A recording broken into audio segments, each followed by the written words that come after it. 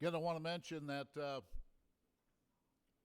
we will have a networking session afterwards, have lunch and a networking session at the end of our third presentation today. So if you have more questions, you can stay for that as well. Good crowd here today. We learned a lot in our first session. Now let's move on to our second session today. And again, we will have a question and answer period afterwards. We did get the microphone figured out, so again, when we do that, please wait for the microphone. But it's time for our second presentation right now, so I'm going to ask Joelle Natividad to come up. She's the Interim Housing Director, and introduce our next speaker. Joelle?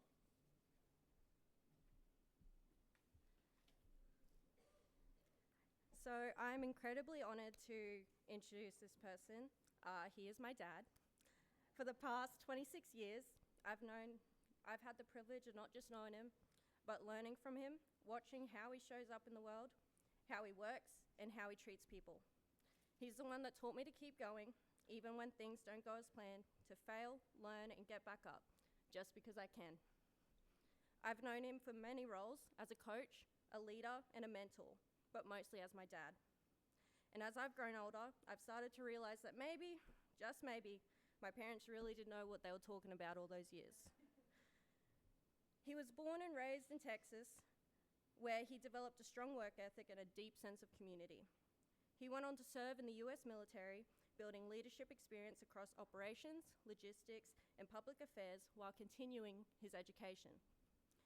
Today, he lives in Warwick, Queensland, Australia, where he and my mom raised 4 daughters and continue to support the community in local youth programs. Professionally, he built a career helping rural and regional businesses to grow and adapt, bringing together real-world experiences in operations, supply chain, leadership, and consulting to make a meaningful impact in community that he serves. But beyond that, what stands out to me is the person he is, someone who leads with integrity, works hard without needing recognition, and always puts his family first. So please join me in welcoming my dad, Israel Natividad.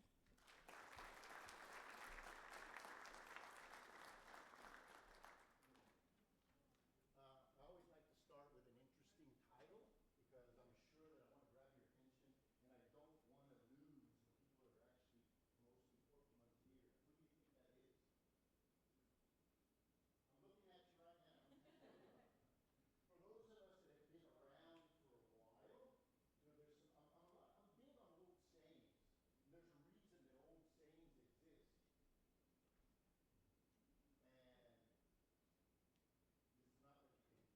this is not what you think. Thank you, Melina. There's a reason why old sayings exist, and why do you think that is? Anybody? Because they're true. Who has heard the saying that youth is wasted on the young? Why do you think that is? Because we lack the experience at that point in our lives to make wise decisions. But in my business, I always go back, because I see a lot of this, and I say, wisdom is wasted on the old. Why is that? Because we're so stuck in our ways that we're not actually wise enough to share it with the young people that are actually here and actually need the lessons to actually go forward. And that's kind of like what my shtick is, or what I do within a business. And you know what? I don't necessarily care about the age of who I'm working with, what the type of operation is, etc.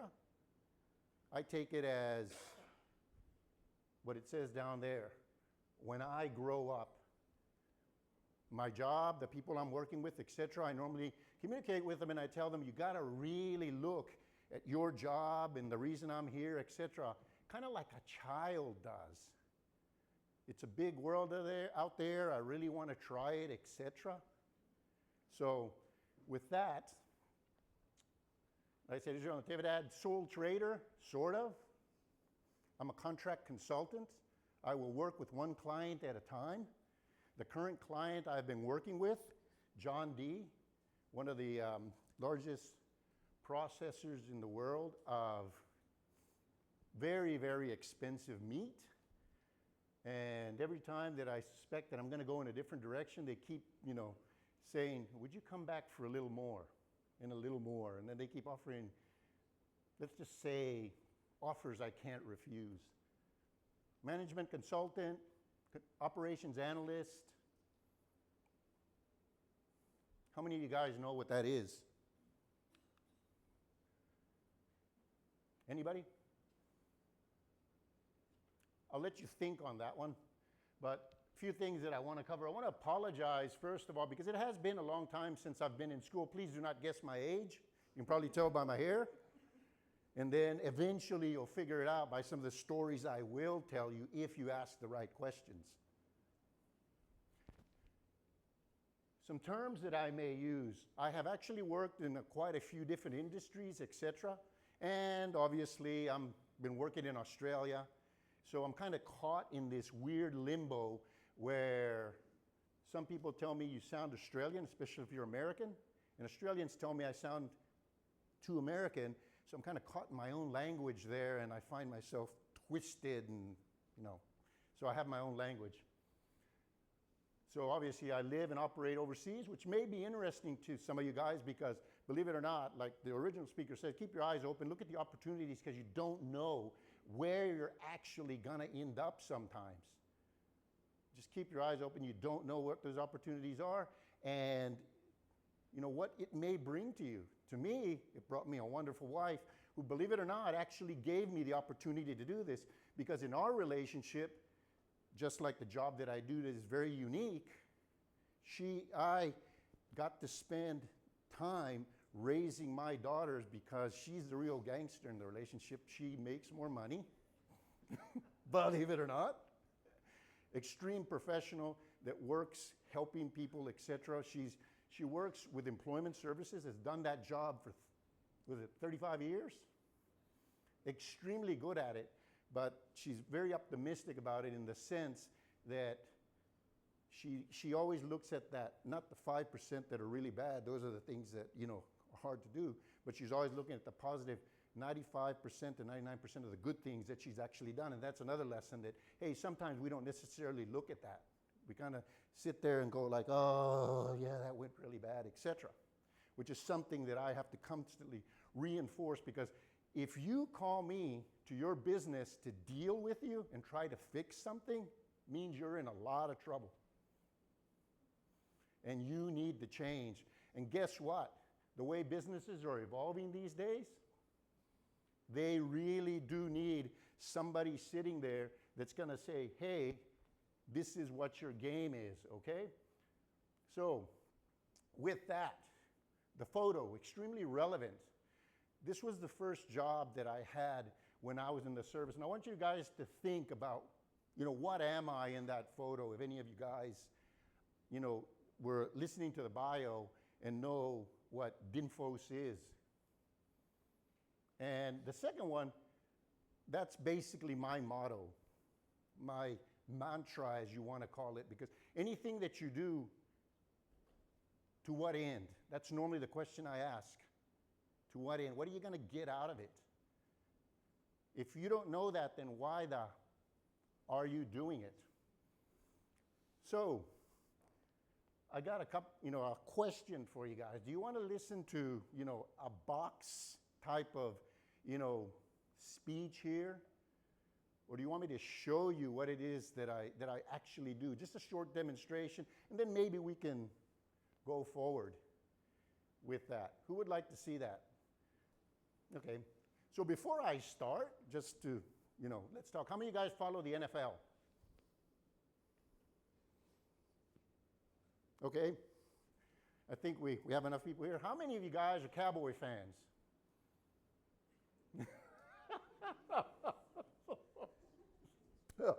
Oh, talk about hope here. They haven't done anything in 25 years.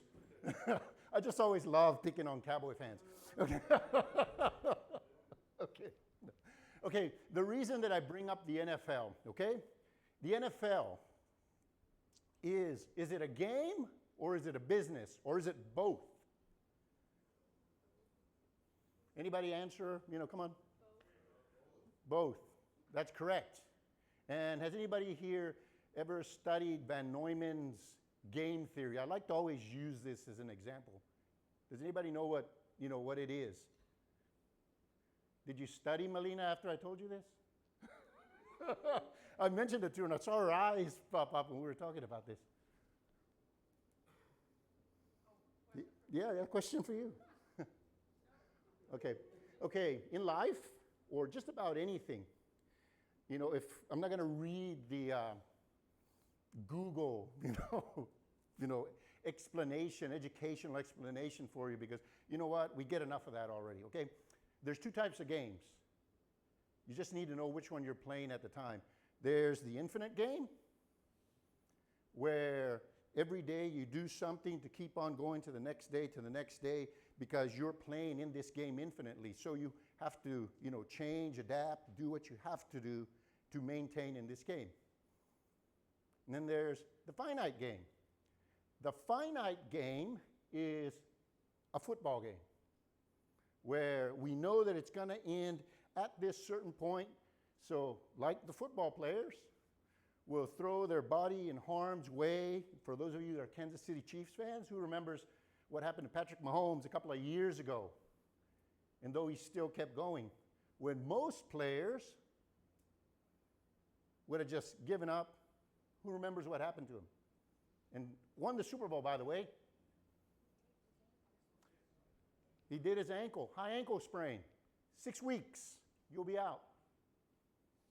But nope, he said, I just got to stay on my leg to this finite point till we win the Super Bowl. After that, I can relax.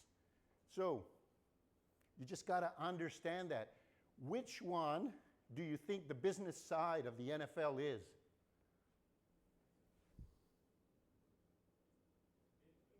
It's the infinite game, absolutely. But to keep the infinite game going, they have to play those smaller businesses like the Kansas City Chiefs to put butts on seats, sell merchandise, etc. They have to play that finite game really, really, really well. So it's important that we all understand exactly which game we're playing at what time, to what end. What am I trying to get to at the time that we're going for? Know the rules of the game.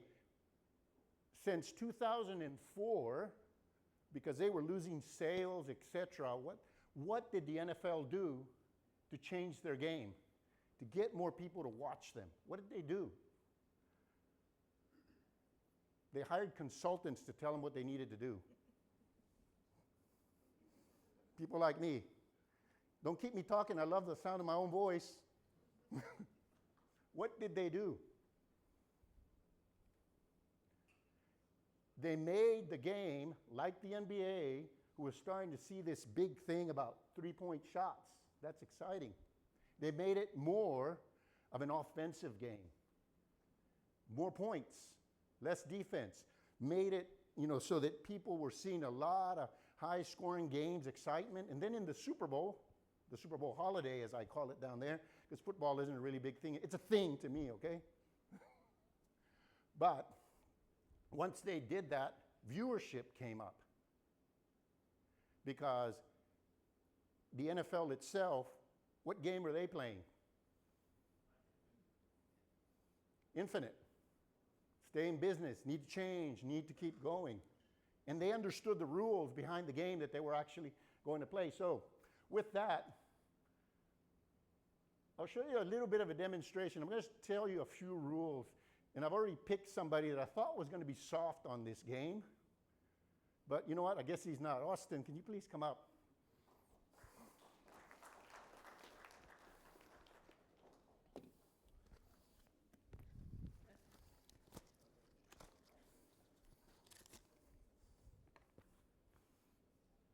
Your uniform.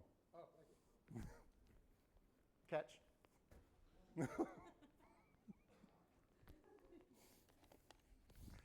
So,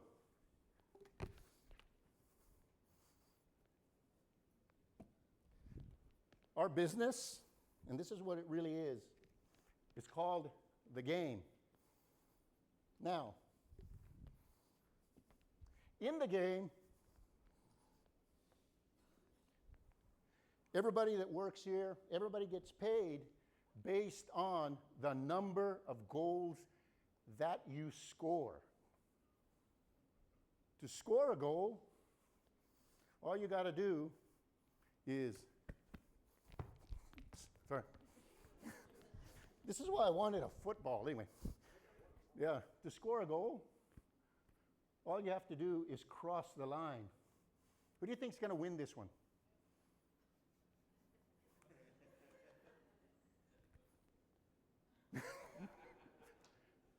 I always tell people that I don't tell them everything that I've actually done in my life.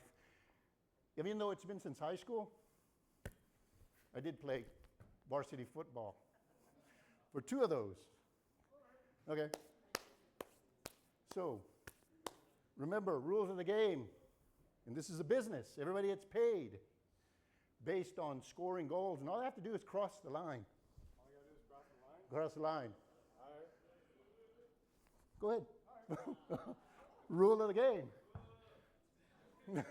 So this is the game.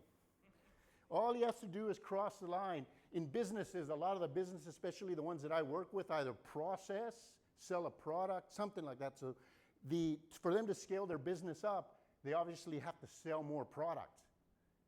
So if I'm coming in and everybody in that business, because they live within that forest because of the trees, and they don't see a different way to do it differently, they're thinking that when Austin is going to come across, I'm going to knock the living you-know-what out of him. Is that what you guys were thinking? Absolutely. You guys actually wanted to see that, didn't you? To a certain level, I did too, but I know he plays golf and that, and you know what? I know his girlfriend, and such a lovely girl. Giving him that type of attention. Okay, so we now know what the game is. So when they called me and they said, hey, we're not scoring enough goals, we're not making enough money, what do I do now? How do I improve this game?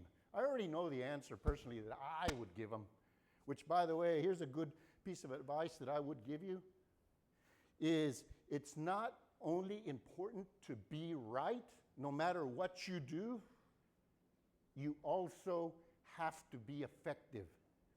You have to effectively communicate that message to the most important people, whether they're employees, employer, a customer, because I deal with all of them in the business that I work with, okay?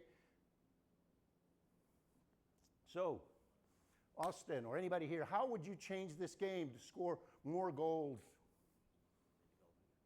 I'm sorry? Make the goal bigger. Well, I'm not going to tell you that's wrong because it's only wider, but we're still the same distance. Okay, so yeah, go ahead. I'm sorry, go ahead.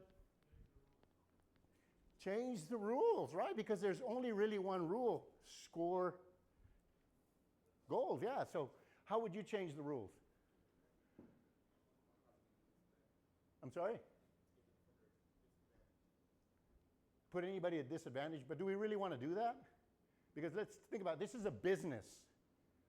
And if you can't work as teams and say, I make Austin feel real bad or I break him, whatever it may be, really, I mean, that means one less employee. And then I'm going to have to play compo for him too. So not only do I have to work for myself, I have to work to pay for him. That is something that you have to think about. It costs us money. Okay, I'll start with the first change that I would do.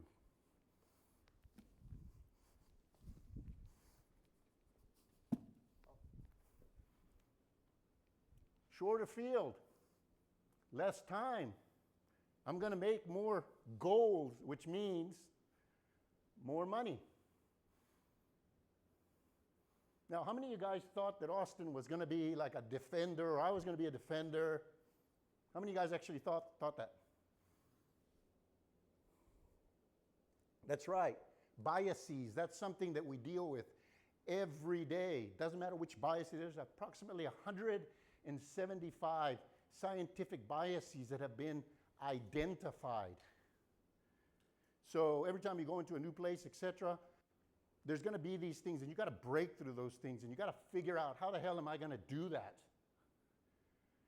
And personally, the way I do it, because I'm such a likable person,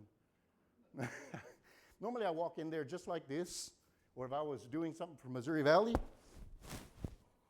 I'm just a student. And you guys would think I was just a student. I'd start asking personal questions about why you're here, why you like Missouri Valley, because we need those things to attract people, right? Because Missouri Valley, at the end of the day, even though they're here altruistically to give you the best education possible, right? They're also what? Business. Okay, first change right here. Any other ideas of what we could do? This is about outside of the box thinking. That's what I do every single day. What else?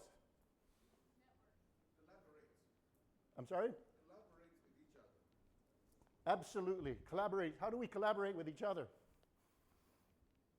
Can I pass? You're going to love this one. I want you to stand right there. Okay. Sorry. My goal that I need to score, I'll stand at his.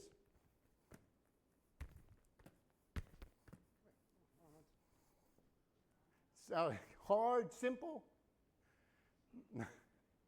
But believe it or not, it can be that simple. Sometimes you have to do a lot of things behind the background to actually get to that point. Win hearts and minds, etc., that type of thing. And this, where it comes back to this photo over here. I don't know if I'll keep Austin up here or not. I don't know. Better looking or not? I might call you back. Keep the hat. So,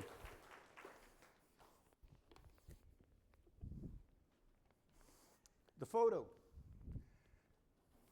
As our first speaker said, that, we don't always end up where we think we're going to end up. Has anybody, since I've been here, because I know you guys have your phones, looked up what the Defense Information School actually does and what the Act of Congress that put it up was trying to do?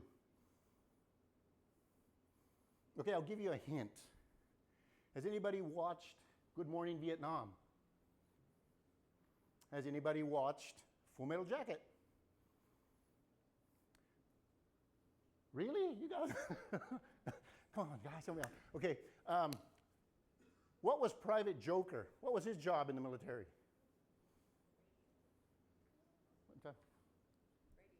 Radio. That was Adrian Cronauer, but really, Adrian Cronauer. Okay. Private Joker was a military journalist. Adrian Cronauer was a radio broadcaster, disc jockey specifically. Now, the reasoning behind why they created these jobs and everything was because during the Vietnam era, the U.S. military, the military community wasn't happy with the U.S. military. People weren't happy with the U.S. military getting involved in Vietnam. Because of what? Other than the horrible things that were happening. Anybody, can you tell me what it was? Because they weren't getting the right information. No one could tell them what was happening. Nobody was painting a picture to them that said, this is what is going on. But to really figure out what was going on, put a good picture of the Department of Defense, of the government, etc., for the people, for the military community, the husbands and wives, about what's happening within the posts that they were at, etc. They created military journalism, public affairs representative. Myself, they put me into the journalism course. Basically what they do is they throw about 2 years worth of journalism in there, teach you how to take photos. And my job, other than the representative some of the times, was actually I was the field guy. I would go out to the field with all these different types of units, whether they were an artillery unit, infantry unit, or whether I went to one of the events that I really liked. I actually got to go with the general officers and a couple of congressmen over to Dwight D. Eisenhower's memorial, and every year they put up a wreath and everything. So that was actually quite good. Aside from the fact that, you know, to get the military involved around the area, because I was at Fort Riley at the time, used to get free tickets, believe it or not, just because we were press, to go to a Royals game. Kansas City before they were good. And who remembers the Kansas City Blades? But anyway, but what is my job in all that? The real job. What was the real job? Which kind of got me where I'm at now. And that's where it started.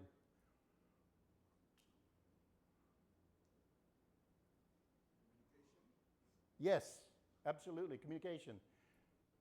Communicating the correct message. Finding out what the real story was. But to do that, I had to talk to individuals like this young man over here. You know, start with simple questions, but actually get the real people story, because that's what people wanted to hear about. Find out what's going on. Same thing I do in the workplace, you know, talk to the people that have been there, especially in rural communities. And I think what our first speaker said was like she had a grandfather that had worked the same job for how long? 40 years. 40 years. In these rural communities, and I'll show you a picture later, there's these two young ladies in blue hats. I can't show you their faces because it's kind of like a thing in the industry. You can't show faces, people that work in abattoirs. Don't understand it, but anyway. Each one of them has worked there for over 40 years. And you'll find this about most workplaces. If you do decide that you want to work in consultancy, just an expert in a certain area, basically. Like I said, I just deal in operations.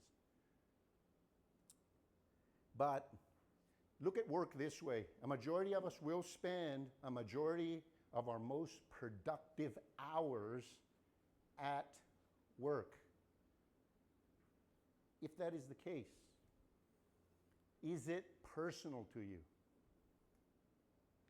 Not everybody answered too quickly. Is it? 40 years you've been doing this. Some of these people even have kids working there. Extremely personal. So when somebody like me walks in, even though the business has been going, the business I work with currently has been there through World War II and then past that. Right? Extremely personal. So when they got somebody from the outside, American, foreigner, yeah, we're just full of ourselves, aren't we? I think what helps me is that I have a unique name. They look at that, they say like, are you sure you're American? I'm pretty sure. I'm pretty sure anyway.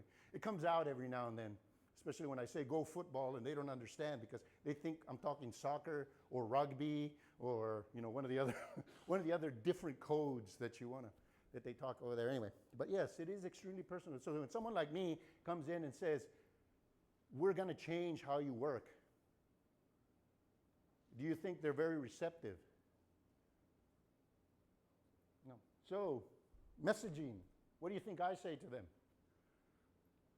Kind of like reassure them you're not here to upset the apple cart. To a certain, Reassure them yes. that you're one of them. Okay. So, You become one of them. absolutely. And get them to break the ice and get them to see you as one of them and begin to listen to you. Exactly. Exactly. See me as one of them. When I started at John D., one of the first places that I actually worked in was in their storage and loadout, in the freezers. It's about 37 below in those freezers. Some of those guys been there for years. I mean, 15, 20 plus years. Get paid exceptionally well, by the way. I mean, for the work. I mean, it is difficult work. Okay? But, Joelle, how much time did I spend in those freezers? How long was I there? Yep. How late was I waking up sometimes, Deanne, when they'd call me? I was spending hours. Simplest problem that they may have. Simplest thing with the process, the procedure. I'm not getting paid enough money to do this. But that's what it is, hard work. I mean, I spent time in there. I've also spent time in what's called an awful room. I've spent time, doing actual boning or butchering animals. And by the way, I'm not very good with a knife, so, never asked me to do that. Plus, there's a hint of ADHD in there too, so, sitting there trying to do the same thing over and over, which is a talent in a room that's extremely cold, but you understand what I say. But my message to them was, I just want to learn what you do so I can help you improve. Period. End of story. I'm not here to fire anybody, which I can't if I want to. Most of the employers that I do deal with, I tell them straight away, you called me, I didn't call you. And I need the keys to the kingdom to understand exactly every single little aspect of what it is that you do. So yes, that was very important to me because, I did deal with everybody from, the poor guy in the field who came from somewhere in the middle of Missouri who only worked as an artilleryman, and I'd ask him, why do you do this? Playing in the mud in the cold, and it's, because I wanted to go to college, and they'd pay for it. Good enough reason. What do you like about your job so much? He says, well, we spend hours training, but that 1 second when they say, fire mission, and then I see that projectile go 20 miles in the other direction and hit it to precision. That's art. I heard that from a farm boy, from Missouri, believe it or not. Definitely inspired me, but guess what I wrote on my next story? Not only are they out there getting dirty for us, etc., that type of thing, when people read it, they were also saying, like, he moves with a purpose and he loves what he's doing. And that was the importance of the message. Sorry, guys, if you want me to come up forward a bit more, but yeah. These are the guys. I truly think this is about you guys right now, okay? So what did I do with that? Oh, sorry. I said I love the sound of my own voice and I get lost. Again, to what end? So I'm just going to move through a few slides here. So my job, what I do, what we do, and I never tell people what I do. I tell them, this is what we're going to do when I get there.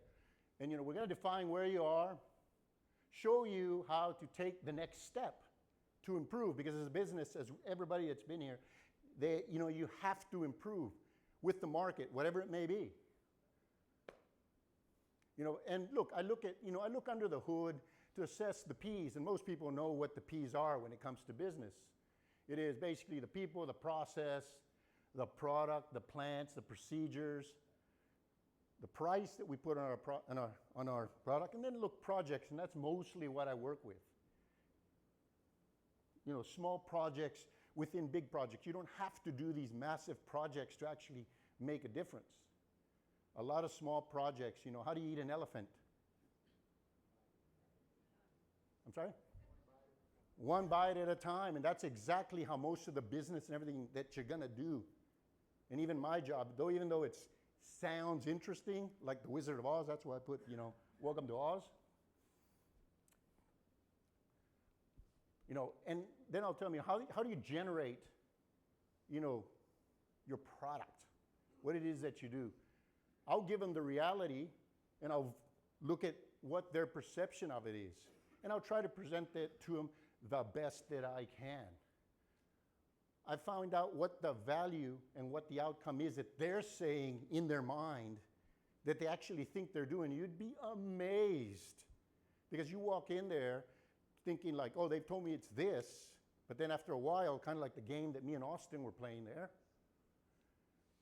the game is normally completely different to what you actually think it's going to be. So you've got to pay attention. You really do. And what's the best way to pay attention? Here comes another old saying. Anybody? You got one mouth, 2 ears, 2 eyes. You should look twice as hard, listen twice as hard. That's going to get you further.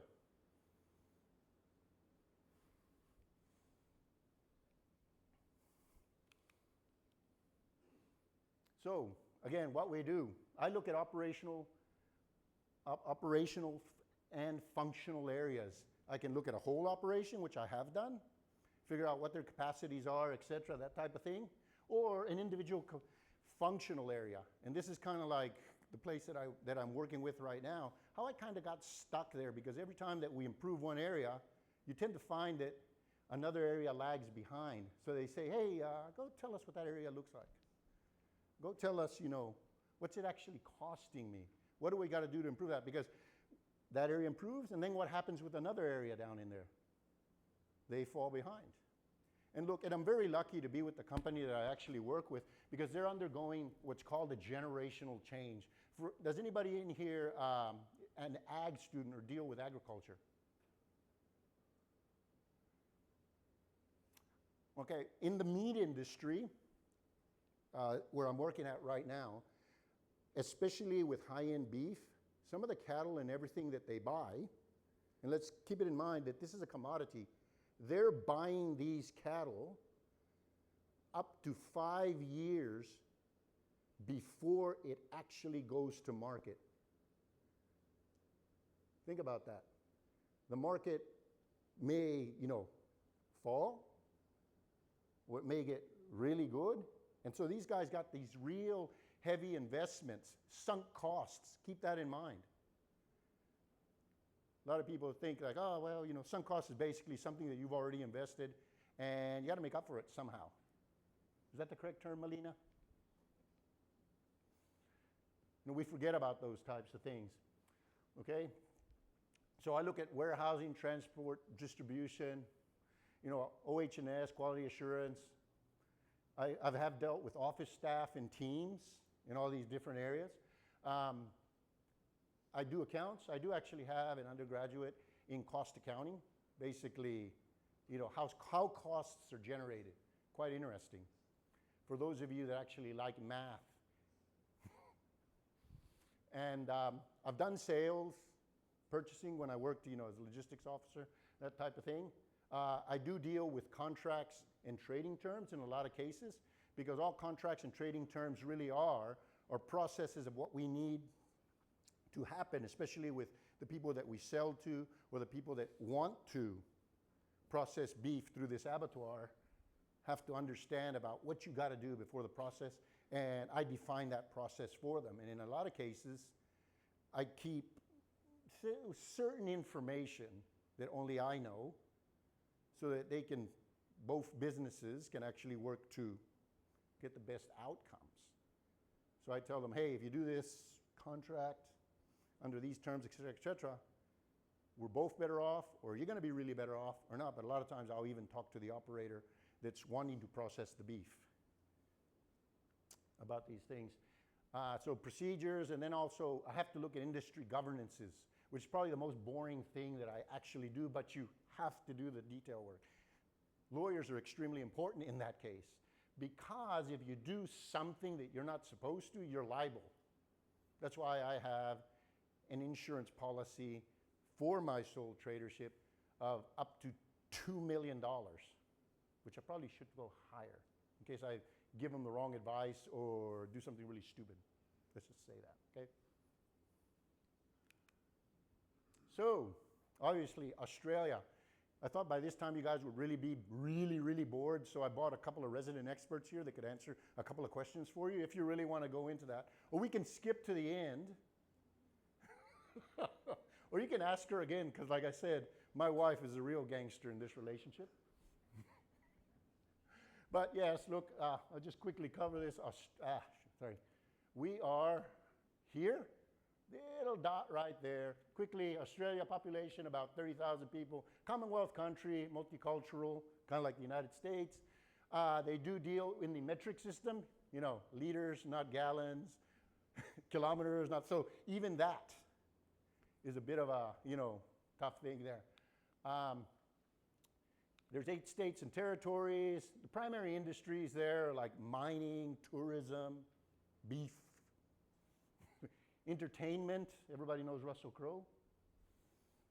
But yes, they do a lot of movies, a lot of the Marvel movies, etc., that type over there. Interesting, unique animals, sports, the Aussie language, which again, like I said, I'm not very good at. They spell things differently. They say things differently. The things that annoy me the most are all the shorts. Instead of calling you Daniel, they'll call you Daza. Instead of calling you Israel, they'll call you Izzy. or Joel is Jojo. But we'll keep going with that. And look, some of my favorite surprises, if you ever are down there, drive on the other side of the road. They even moved the wheel to accommodate it. It scares the living you-know-what out of you. To the day, they still don't let me drive, by the way. When you actually come down here, it's actually time travel. I like to think of it that way because it sounds unique and everything. But because we're ahead about 16 hours and my flight was 12 hours, I actually got here 2 hours before I left. I gotta love that. The night sky, I absolutely love the night sky. I sit out there sometimes, I lay 3 o'clock in the morning when I'm thinking about all the mathematical accounting things that I have to do in my backyard on this beautiful platform where her cubby house used to be, which I removed, I'm sorry, honey. And look at the stars because it helps me think. And the seasons are in reverse. So you guys are going into summer now, we're going into winter. So, and then obviously we're in the Sunshine State. Right there, Queensland, bigger than Texas. How are we doing on time? Okay. Like I said, I love the sound of my own voice. I can go over, but you know. But yes, Sunshine State. I'm just going to go a little bit quick through these because I do want to leave some time for you guys to ask questions. So anyway, just a couple of things. Sunshine State, Great Barrier Reef is there, ancient rainforests, you know. But, you know, the Gold Coast, they do movies. You know, they call it the gateway to the outback, and depending on the route, 3 to 5 days just to get across. And we got a lot of bigs. I think it's an Australian thing.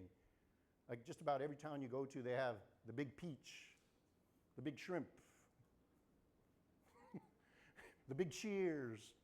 But if you decide to go to Queensland, there's over 75 of them that you can look. In Little Warwick, where we're at, we actually have 4 bigs. The big cod, the big frog, the big cheers. Anyway, but yes, why Warwick? And this goes more towards how I work in a rural area. You know, location, location, location.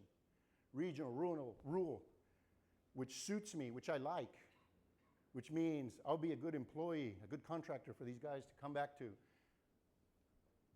Reasonable cost of living. Good economy. Lots of events going on. And again, the bigs, as I said. Now, again, why me? Because this is something that you have to think about, whether you want to get hired by somebody or you're going to go into entrepreneurship. I kind of think I'm kind of somewhere in between, which again, you know, it's a privilege to be here. Thank you very much for allowing me. So I can work at your pace if you decided to hire me as a consultant. Because someone like John D., who wants to hire me, if they decided to hire one of the bigger consulting firms with all the different experts and everybody that could work with all the different areas that I have experience in, how much do you think that would cost them? Absolutely correct. Even though they make tens of millions, they need me at their pace. Sometimes I go in and drink lots of coffee and shoot the bull, literally and figuratively. But yes, experience in various levels and disciplines. Like I said, I'm local, 5-minute drive, back and forth. Again, I understand the rural aspect. I've worked with numerous companies there, either as an employee or as a contractor. Very adaptable skills, as you can see by the many different jobs and everything that I've done, which all had a common thread, which kind of brought me to this also, and I explained to that. Hopefully I don't run out of time. I like variety and new challenges. I like solving complex things. I like helping people. What's the bottom one say? Don't everybody shout.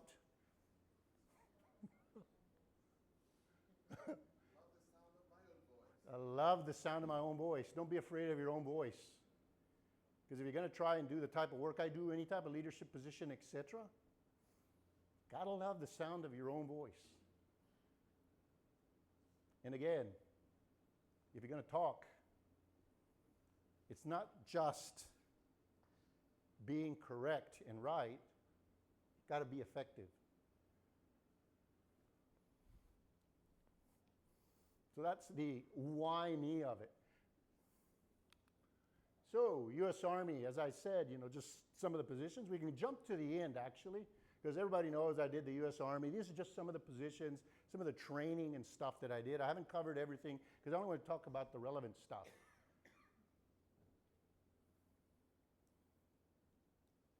But the greatest lesson, advantage lesson is adaptability and problem solving, responding to adversity. That's the biggest thing that I learned from there.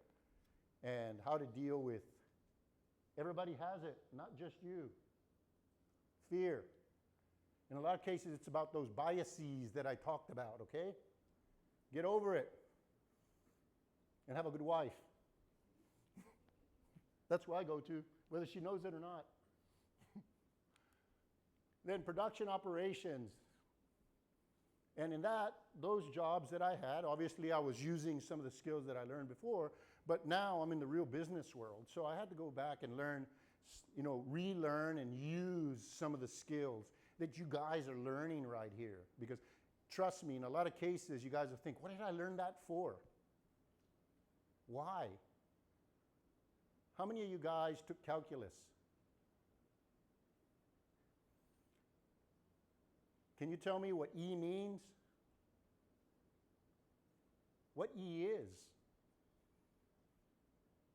I took calculus when I was in high school. Anybody here? E, what does it mean? Because in business, there's two different processes when it comes to mathematics and statistics that you're actually going to have to look at. And I have to deal with two of them. And I have to quickly figure out which one I'm looking at. Basically, E is Euler's constant. The constant in change. That's the only thing that you can depend on. And then depend on different types of variables, to which power it changes based on the system that you're looking at. You have to figure that out. At my work, we look at that one all the time based on if I buy this cow at this price, we feed it so much, etc., how much is the weight going to increase? How much of it is going to go to usable meat? How much is going to go to fat? But we have to understand that because depending on the age, if it's a young cow, it goes like this, which means I'm going to get good meat, etc., and I'm not going to be wasting my money feeding it forever in a feedlot till I can get it to production. But if it's an older cow or the wrong breed, like say an Angus or a Wagyu, go 200 days over and then you see this exponentially. But you got to understand that to tell them, hey, those cattle you buy, you won't be able to get it in by this time. You're going to lose your you-know-what on it. So yes, all these things that you learn, linear math is not enough. What I mean by linear math is 1 + 1 is 2, 2 + 2 is 3, square root of 2 is 4, which is what most of us think math is, but all of these lessons and everything you're learning, very important, and then put them to practice.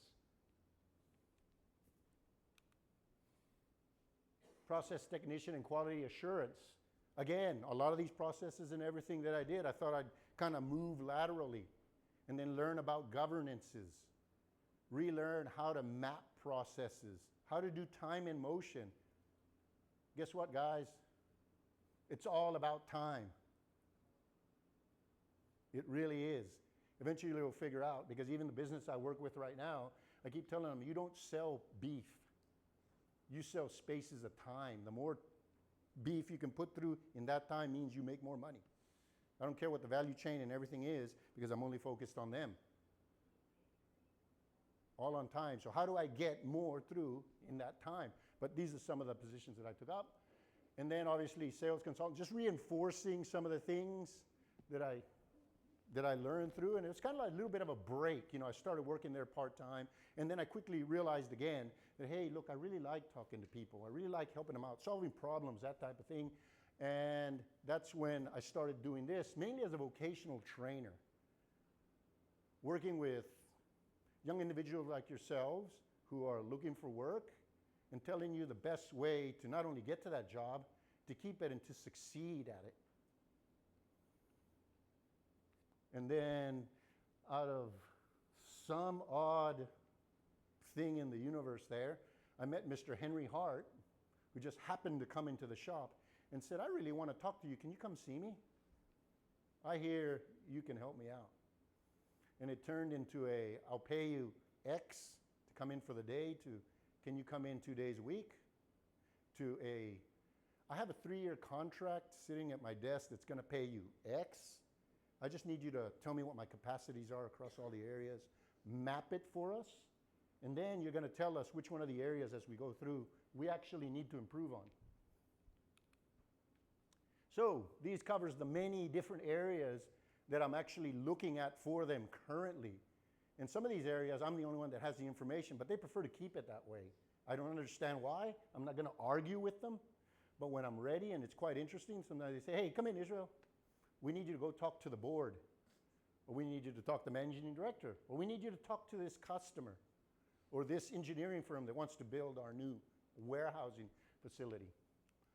So I'm sure that we have a lot of questions, etc., but I'll jump right to it if you guys don't want to ask, because I'm almost out of time. Am I? We need the microphone. Sorry. Thank you, guys. Someone grab that mic. If somebody have a question, we got a couple minutes yet here. Oh, okay. So, Sorry. Yeah. so who has, anybody else, wait for the microphone. We'll bring it back there. Yep.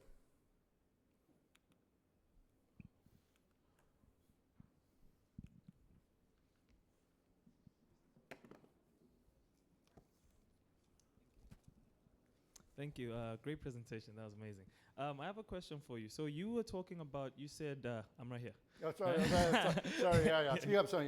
Go ahead. Yeah. So you were saying that when, let's say, you got to the clients and the clients were like, I need you to help me with something. So I'm guessing by that point, you already built a lot of credibility so that these companies knew you were the person to go to. So my question is, let's say you are, let's say a student, or in the near future, you are looking to also be an entrepreneur and start your own business, like a startup, right?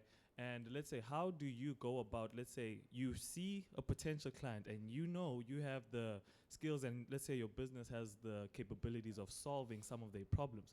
How would you go about getting that client to, let's say, trust and believe in your skills to actually go through with that, especially in the startup phases? So to make it in one sentence, because I knew that was quite a lot. In the beginning phases of the business, how do you build credibility today? Well, first thing that I will tell you, you remember what I said about it's about them? Yes. My business today is about you. So do the research. Find out little things, what they've done in the past, a little bit of history, etc. Make them feel good about themselves. Because it's a sales job. That's what it is. As terrible as it sounds, you really want to get something from them. But it can be real and authentic because you really want to help, because I like helping people. And I want to help them get better, because I know and they know that not only will it make their business profitable, at least in my case, because I work in rural areas, it'll also make the community better. Puts more money in their pockets, because most people, what are we worried most about? Maslow's hierarchy of needs, guys, come on, bottom level. Survival. Surviving, money, etc. That's correct. Okay. Good. Thank you. Oh, that was it. Thank you, sir. Thank you. Have time for one or two more questions, and then again, we can visit at lunch with Israel some more as well. So, anybody else have a question right now? Well, I like what you said at the beginning of your presentation, that you said that you don't care the age on who you're working with.